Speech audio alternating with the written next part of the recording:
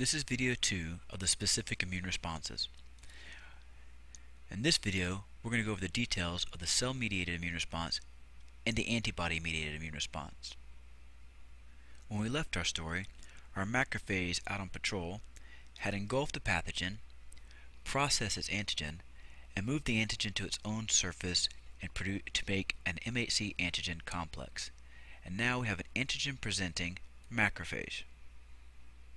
This creation of the antigen MHC complex is important because helper T cells ignore MHC, as we would expect, but they also ignore antigens.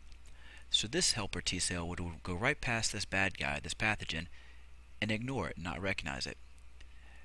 But when it sees the MHC antigen complex, it pays attention.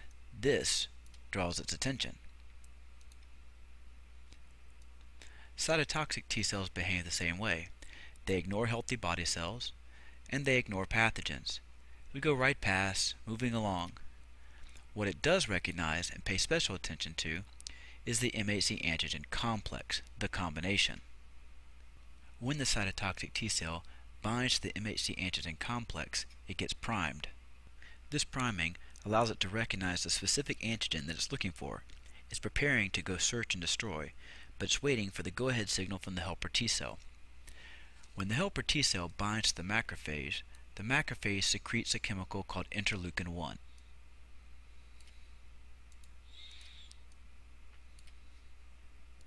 This chemical signal is the macrophage telling the helper T cell, "Look, there's been an invasion. I caught and killed one of the bad guys.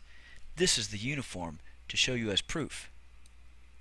In response, the helper T cell secretes a different chemical called interleukin-2. Interleukin-2 is a call to arms.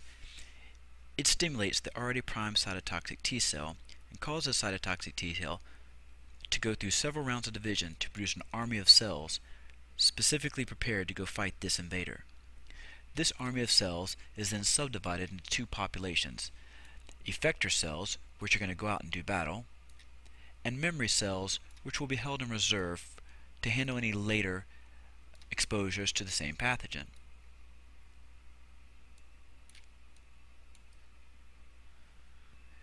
The effector cells move through the body looking for infected body cells.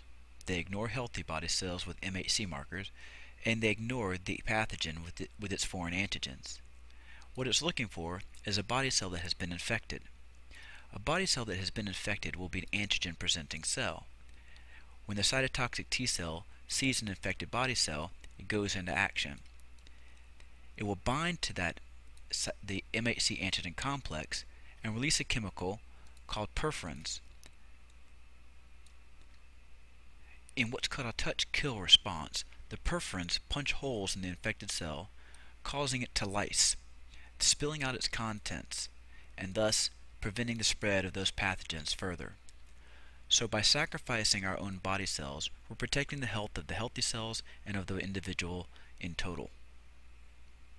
The cytotoxic T cell then moves on to find other cells to fight. This is why cytotoxic T cells are referred to as killer T cells. So let's do a quick recap. An antigen-presenting macrophage is recognized by helper T cells and cytotoxic T cells for its combination of MHC antigens and antigens on its surface. The cytotoxic T cell binds to the antigen-presenting cell and gets primed, getting ready to go out and do battle. The helper T cell binds to the macrophage. In response, the macrophage secretes interleukin-1, which signals the helper T cell. The helper T cell then secretes interleukin-2, which stimulates the cytotoxic T cell to go through massive divisions, producing an army of cells ready to go do battle. That army of cells is subdivided into two populations: memory cells and effector cells that will go out and do battle. The effector cells then move out looking for infected body cells. When they come across an infected body cell, they attach, recognizing that MHC antigen complex of the antigen-presenting infected body cell, secrete a chemical called perforins, which leads to lysis, the destruction of that cell. In doing so, we're reducing the spread of that pathogen throughout the body.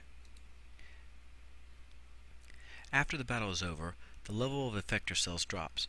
However, we retain some of the memory cells.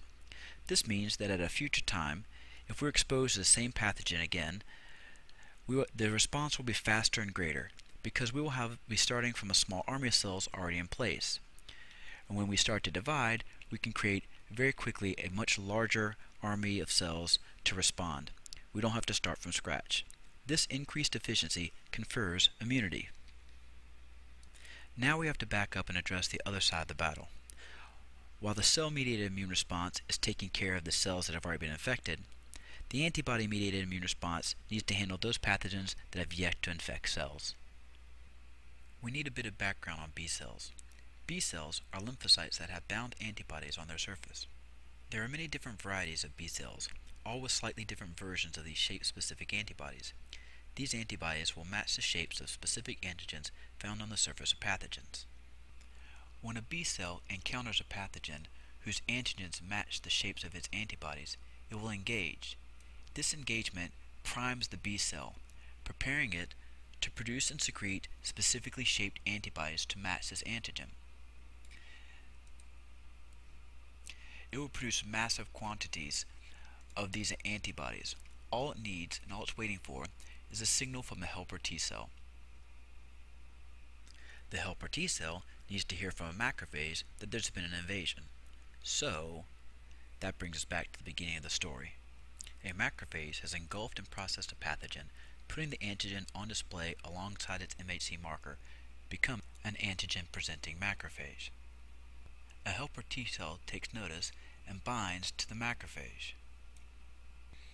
The macrophage secretes interleukin-1, and in response, the helper T cell secretes interleukin-2. This interleukin-2 acts as a signal to a B cell that's already been primed, having already interacted with the pathogen. This primed B cell receives a signal from interleukin-2, and that initiates a series of cell divisions that give rise to a massive army of B cells that are designed specifically to fight off this particular infection. This massive army of B cells is subdivided into two populations, a subpopulation of effector cells and a subpopulation of memory cells. The effector cells are going to start producing copious amounts of specifically shaped antibodies, and the memory cells are going to be held in reserve. The memory cells are held back to deal with future exposures to the same pathogen, while the effector cells begin producing massive quantities of specifically shaped antibodies.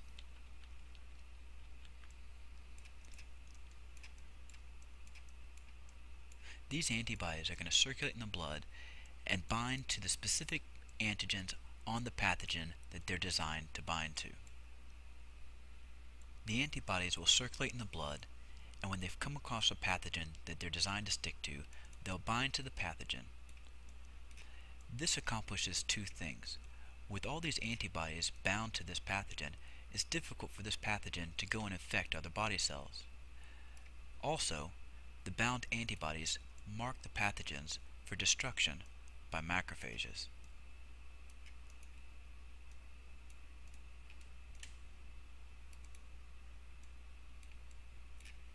The final deed is done by the macrophage that comes in and engulfs the pathogen. So, in review, we begin and end with a macrophage that engulf and present evidence that there's been an invasion. Helper T cells, which ignore MHC and ignore antigens, bind to the MHC antigen complex, receive signal from the macrophage that there's been an invasion, and send a signal to an already primed B cell. Once that B cell receives a signal of interleukin-2, that already primed B cell, it undergoes a round of divisions to create an army of cells. This army of cells is divided into two subpopulations: memory cells held for later, and effector cells which go into battle. In this case, the B cells don't actually kill anything. All they do is produce massive quantities of specifically shaped proteins called antibodies. These antibodies are designed to recognize and stick to the surface antigens on the pathogen, marking them for destruction by the macrophage. After the illness has been fought off, the effector cells go away, and the levels of circulating antibodies drops. However, if we're exposed to the same pathogen at a later time, we can skip the priming step and begin our army buildup from a larger base of cells, so that the subsequent response is both faster and greater in magnitude. This is the basis of immunity. Here's a graph that shows that effect. On the first exposure, we can see that the level of antibodies rises over the first 30 days, and after we fight off the infection, the level of antibodies drops. But on a second exposure to that same pathogen, look at the slope of the line. We get a faster response, and look at the height of the line. We get a much greater magnitude of response. Over time, as we build up antibodies and memory cells, the responses become more and more efficient, and that confers immunity. Notice that the response to some antigen A has no effect on our ability to fight off some different pathogen. We'd have to build up a specific immune response to that pathogen also. Now we've seen both the overview and the details for the specific immune responses.